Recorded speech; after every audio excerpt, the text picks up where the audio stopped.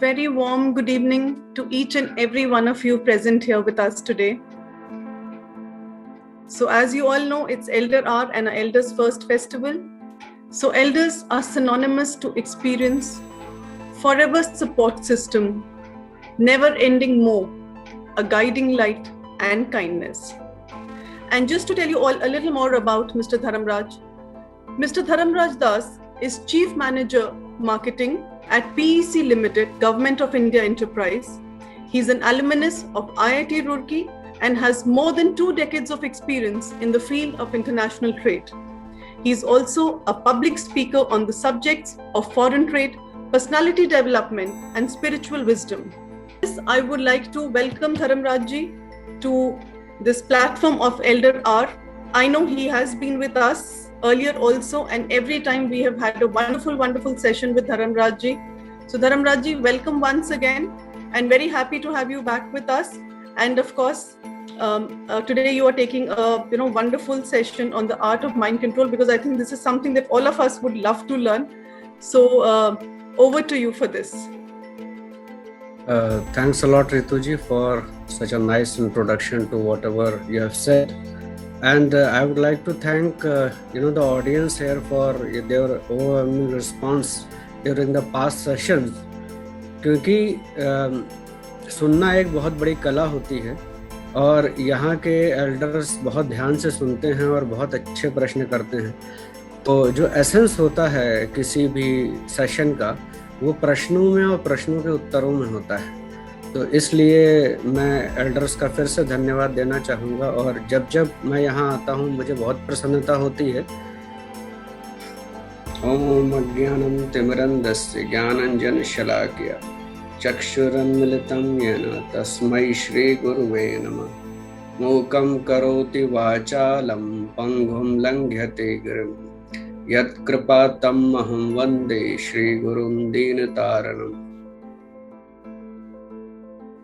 तो जैसा कि हमारे जो सबसे पहला सेशन हुआ था वो डेडिकेटेड था एक कॉन्सेप्ट ऑफ सुपर एज को, और उसमें जो साइंटिफिक डेवलपमेंट्स हुए हैं उसको ध्यान में रखते हुए हमने समझा था कि भाई साइंस क्या कर रही है और जो साइंस अचीव करने की कोशिश कर रही है उसमें हम वैदिक विजडम से क्या इंपोर्ट कर सकते हैं। तो सबसे पहले हमने समझा कि साइंस ये कोशिश कर रही है कि जो हमारा एम है वो है उम्र के साथ हेल्थ को भी बढ़ाना, ना कि उम्र के साथ सिर्फ एक डिसेबिलिटी के साथ जीना। साइंस ये भी कोशिश कर रही है ऐसी यूनिवर्सल मेडिसिन बनाने की जिससे बहुत सारी बीमारियां एक साथ दूर हो सके।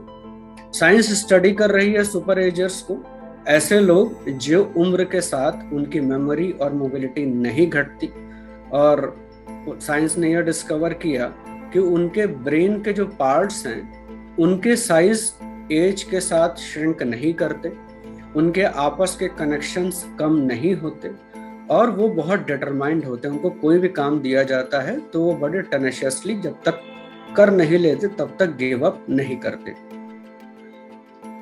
तो अब आज के सेशन में ये मुश्किल कैसे आसान करेंगे, ये जो हमारी हैप्पीनेस की डिज़ायर है जो कि हमें एज के साथ फिट रखेगी, हमारा यूथफुल प्रोफाइल रखेगी, वो हैप्पीनेस कैसे हासिल करनी है, वो रास्ता क्या है, वो हम आज समझने की कोशिश करेंगे। हैप्पीनेस के सेशन में हमने ये भी कंक्लूड किया कि हमारी जो सचमुच की ज़रूरतें हैं और जो सिर्फ हमारी डिज़ायर्स हैं या सिर्फ वांट्स हैं, तो नीड्स और वांट्स में क्लियर कट हमें डिस्टिंग्विश करना चाहिए कि ये हमारी ज़रूरतें हैं, ये पूरी हो रही हैं तो मुझे सेटिस्फाइड होना चाहिए।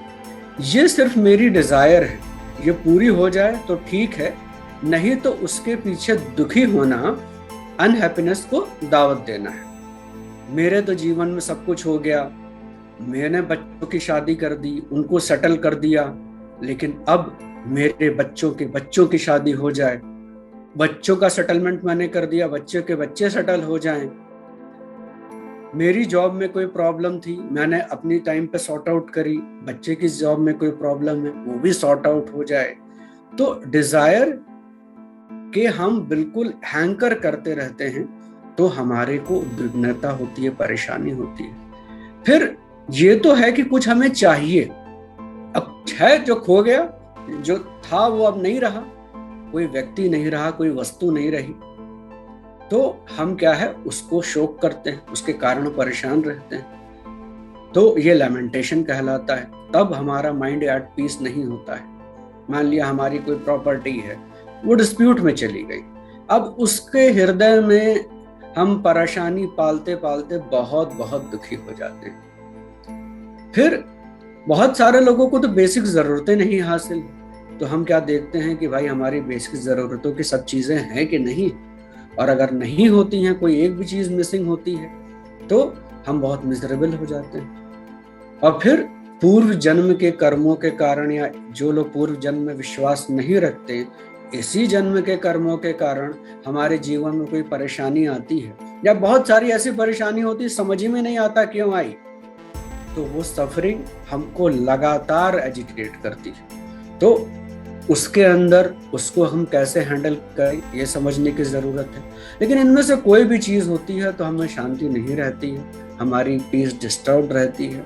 तो अल्टीमेटली क्या होता है, हमारे सामने अगर खुशी का साधन भी होता है तो हम खुश नहीं हो पाते, कोई खुशी की खबर भी आती है तो हमें खुशी नहीं मिलती, क्योंकि दिल के अंदर वो जो पहले के दुख है उसने घेर रखा है। हमारे जीवन का दुख हो, हमारे बच्चों के जीवन का दुख हो, या हमारे और धन धान्य प्रॉपर्टी से रिलेटेड कोई परेशानी हो, वो हमारे दिल को घेर के बैठी रहती है। आप कहोगे कि भाई हम तो बात कर रहे थे कि अपनी ओल्ड एज में हैप्पी कैसे रहें और यूथफुल कैसे रहें, बीमारी की बिना कैसे रहें। तो जैसे कि जो अब हम गुरु वशिष्ठ की बात कर रहे थे, वो भगवान राम के गुरु थे, तो भगवान राम ने उनसे एक बार प्रश्न किया कि हे गुरुदेव, कि बीमारियों का क्या कारण है। तो गुरु वशिष्ठ उस काल में भगवान राम को जो उपदेश करते हैं कि भगवान की राम, बीमारियां मन में सबसे पहले पैदा होती हैं, और जब हम ऐसी जहरीले विचार, दूसरों से घृणा, ईर्ष्या और जितनी नेगेटिविटी अपने मन में एक्यूमुलेट करते हैं, तो एक होती है मेंटल शीथ यानी कि मनोमाया कोश, ये डिस्टर्ब्ड हो जाती है, हमारा मन डिस्टर्ब्ड हो जाता है, उसके अंदर की ऑर्गन्स डिस्टर्ब हो जाते हैं, और दिस एजिटेट्स द प्राणमाया कोश, वाइटल एनर्जी शीथ, यानी कि हमारे जीवन का जो प्राण है वो डिस्टर्ब हो जाता है। And this disturbance manifest in अनामाया कोश, यानी हमारे शरीर में ये बीमारी बन के प्रकट होता है। धर्मराज जी, एक क्वेश्चन तो आया है। शिवांगी ने पूछा है कि अगर किसी को गुस्सा ही ना आता हो तो क्या ये नॉर्मल है? नहीं, नॉर्मल ही है। गुस्सा आना कोई स्टैंडर्ड ऑपरेटिंग प्रोसीजर नहीं है। गुस्सा ना आना मतलब अच्छी बात है, इट्स अ गुड थिंग। और अगर आपको गुस्सा नहीं आता तो यानी कि आप कुछ स्टेजेस तो ऑलरेडी पार कर चुके हैं, यानी कि आपके घर में कबाड़े नहीं इकट्ठा है, उसमें आप घर बसा सकते हैं, यानी कि भगवान को आसीन कर सकते हैं। नहीं तो भगवान को हृदय में आसीन करने के लिए पहले घर से कबाड़े हटाना पड़ता है, तब जाके भगवान के लिए घर बन पाता है, यानी कि आप परफेक्शन को प्राप्त कर सकते हैं। Thank you so much Dharmraj ji, आपने हर बार की तरह बहुत ही एनलाइटनिंग एंड सेशन लिया है, एंड आप इस तरह से समझाते हैं कि हम सब ना उसमें इतना खो जाते हैं कि हमें ना टाइम की सुध रहती है, ना पता लगता है कितना टाइम निकल गया है।